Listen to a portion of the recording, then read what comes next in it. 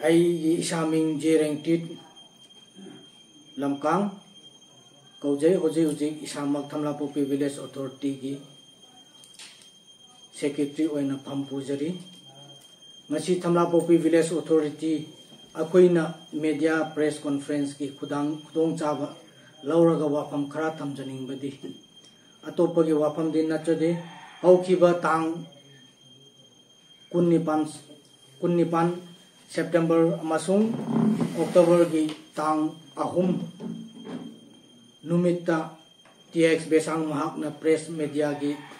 khudong chaba lauraga aranba wafam amasung migi ijat lekha tanaba soknaba aranba wafam kaya ma sandokpa thengnajai madu makai Manipur ki miyamnasu lanna ukiba yauramgani lanna khankiba masu yauramgani madu pumnamak ngasi akoina singdok jage haibagi natte adu achumba karino haibadu akoi phongdok jage ut jage haina ngasi press media ki khudong chaba laujari ngasi gi besangna ngangiba sakiba tamiba aranba pau mayam asi achumbabu khumjillaga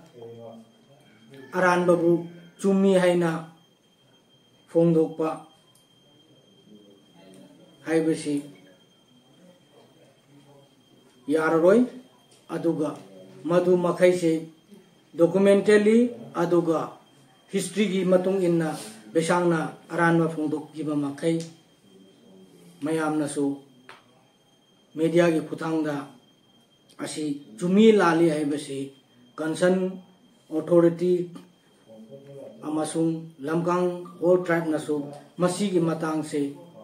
khandok piba chumthok piba phai haina asi ai makhatana wari sadringai press no pidringai press conference pidringai da masi amadi ai nuluk na haijari besang ma na pen da bakari lebra haibadi ai di khangde mana imung amabu ijat mang naba lekha naba sokhan naba adugumma mayam ama mana sinduna ngasi press ki khudong chaba lauraga mana sandokhiba mayam se masi pumnamak se aran bani akoi khunja sina Thamlapopi Village Authority na strongly condemn to taujai. In fact lamkang whole lamkang community aduga loinana LNKK lamkang the highest body na so already condemn tawro lakhrabani pokna phamgi English ki press meet ta sumoina already phone khiba laibani atop topa media na so media da so LNKK na phone khiba laikhrabani simadi ai media gi khutang da hajaningi masi mana allegation pi khiba SK Lafmol se Nepali origin ni haibagi matang sida ai clarification dinate sida achumbagi wafam ni history ni haibagi ai media ge through da ai hajaningi SK Kansa mak lamkang kunau khul asida lakhiba matungda K Tochen daughter of K Shelmuk Lamkang of Lamkang kunau ex chief ki ani suba machanupi laurami maki ani suba machanupi laukraba matungda akhoi gi lamkang gi chetnaba customary law gi matung inna adoption matang asida Sangkhil Bemuk Lamkang masana SK Kansa se ai isamak oi hanjaningi haiduna Sangkhil Bemuk Lamkang masamak na thakuri gi ming asi na hauna na authority gi matam aduda lamkang khunau gi authority gi mamang duda SK Kansa lamkang gi mingthon ga loina na ai hojik tagi SK Kansa se ai gi isa icha makni haina authority gi miyamda phongdok khiba laikhrabani aduga loina na Thamlapopi village se 1947 कुमजा असिदा February की तांग 15 असिदा हौदोखी थमलापोक्पी ये founder ओइना मतम अदुदा मी मपन लमकांग खुनौदगी कुमरखी मतम अदुदा लाखिबा मीसिंग असे मिंगोइना पनबदा number 1 दा late TX थमति खुलापा number 2 दा late JB थमवोर मंत्री number 3 दा late SN अंगमु member number 4 दा लेट SK कांसा नंबर 5 दा लेट SK समन्दाय नंबर 6 दा लेट NG बेहोंग नंबर 7 दा late SS तोरक member number 8 the late TX Wangmeng member number 9 the late TX Bongkhup moi mi mapan asina Thamlapokpi pioneer founder oina moi Christianity ama oina Thamlapokpi se 1947 asida haudok khibani laikhrabani aduna madugi थंगना बेसांग असिना माना allegation तौखिबा lump योनबगी SK लफमोल न lump योले lump अदु तौरे अदा तौरे हाइबगी मयाम अमागी proof ते अखोई documentary लैजै अदुबु मदु मयाम से media की खुथांगदा अखोइना Ming ओइना उच्चनिंगबा TX बेसांग की मपा की हक्तक तमाना पीखिबा लमसिंग अदो अखोई आइना मीडिया की खुथांगदा असी उच्चनिंगी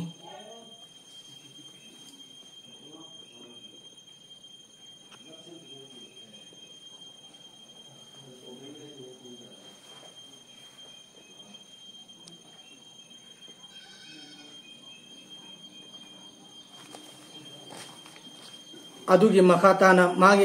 एलिगेशन की मतुंग इन्ना इलेक्शन से चुमदे हाइबगी मीडिया दसु थेंगना जाय मदुदी मागे एलिगेशन से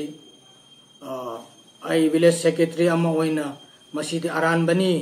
हाइबदी हाइनिंगी सिदे अरानबनी बेसांगी एलिगेशन दी अरानबनी हाइनिंगी करिगिनो हाइबदा अखोई थमलापोक्पी विलेज ना असेंबली तरेदक फम क्रमतुंगदा अखोइना इलेक्शन पांथोखी बगी प्रेजेंट मेंबर लिस्ट नत्रसु present member house to the present member लाप मखै आइना फोटोग्राफ ओइना आई मीडिया की खुदोंग चाब लौरगा उच्चनिंगी अदुगा लोइनना 1 April दुदा इलेक्शन अखोई पांथोखी एस कस्टमरी की लमकांगी कस्टमरी मतुंग इन्ना नुमित तरानी मतुंगदा अखोई की बेसांगना पनखिबा 7 लाख सु हाइबा अखोई की लमकांगी लो अमा लई अदुगा ऑफ टेकिंग हाइबा अनि से अखोइना मतम दुदा अखोई पांथोखी बगा लोइनना former chief TX Besang amasung SS same former secretary masa animaksu program aduda attend tawkhiba mami photo aina ai uchaningi numit tuda SK Lafmol new chief na masana ngamjaba kudol macha lamkang gi traditional muffler amasung red meat macha si SK Lafmona TX Besang SS same former ani da kuchinna khiba laikhrabani aduga loinana or taking numita educative LNKK lamkang naga kwer kanpun gi educative moi masa maksu yauki madu gi photographs mayam da ai social media gi khutang da ai uchaningi executive member singa newly elected chief ka his wife moiga kapmin photograph te sini aduga loina na khungi elders an khuiga kapmin na photograph ne sina adugi matungda procedure gi matung enna LNKK na pi ki bas Powerel Glow Haibadi or taking the certified P Kiba LNKK na like Rabani. Sina original copy ni Masi media gi kutang da mayam da su Manipur gi miyam da ay uchaningi. Adugaloina na Tamla Popi Bab teachers na su numit to the certified to Kiba like Rabani. Loina na SDO office ki district sub divisional office na su pi kiba order su asida media gi kutang da ay simasi ay uchaningi ay atopa kaim ta hining de mana ningam dabat kaya malay rabasu kun masen ni hundo naraga haiti naraga ama bu ijat manghal laga Laibay mahuti ama warisa naraga ama bu chumthok naraga aran achum se khandok na bada kari kaibra haibadi media gi kutangda ai mangonda question tawjaningi mana asuk ijat manghallaga khun masen ama karamaina pan khigani haibagi wahangsu ai mangonda hangningi mana ngasi tawthok khiba allegation pi khiba imung amabu ijat manghan khiba sagai natai bu sokhan khiba adun natna lamkang hol lamkang tribe mana aduk anthana khanmase madudi chumroi aina media gi khutangda masi mangonda ai thamjaningi aduga loinana khungi imung masenni khun masenni asoiba kanagum badasu lairamba yai asoiba aranba lairamba su yai madu pum namakse imungi manungda akoi wari sanaraga ayaba amase puthoknaba yabagi tanja se lei haibati ai media gi kutongda ai Mr. TX Besang masangonda ai masigi media kutong lauraga ai mangonda ai janingi Ojik haikiba maka pana kumja 1972 asida Tholung Besang gi mapa TX Wangsul mahakna khunyana yaningdaba thawluk khara pangthokki madudi ming oina panbada mornoi ama piki St. Paul School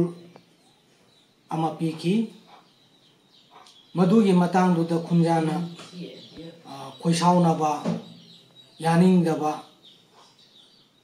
lakhi badai di 1972 da khunja si ani thokna chahi tare wana lelakhi dumai dona hojik su lakhi bani matang duda di mapa haibadi TX Wangsul masana aina tawki bisi soire lale haina khunjada haijabaga loinana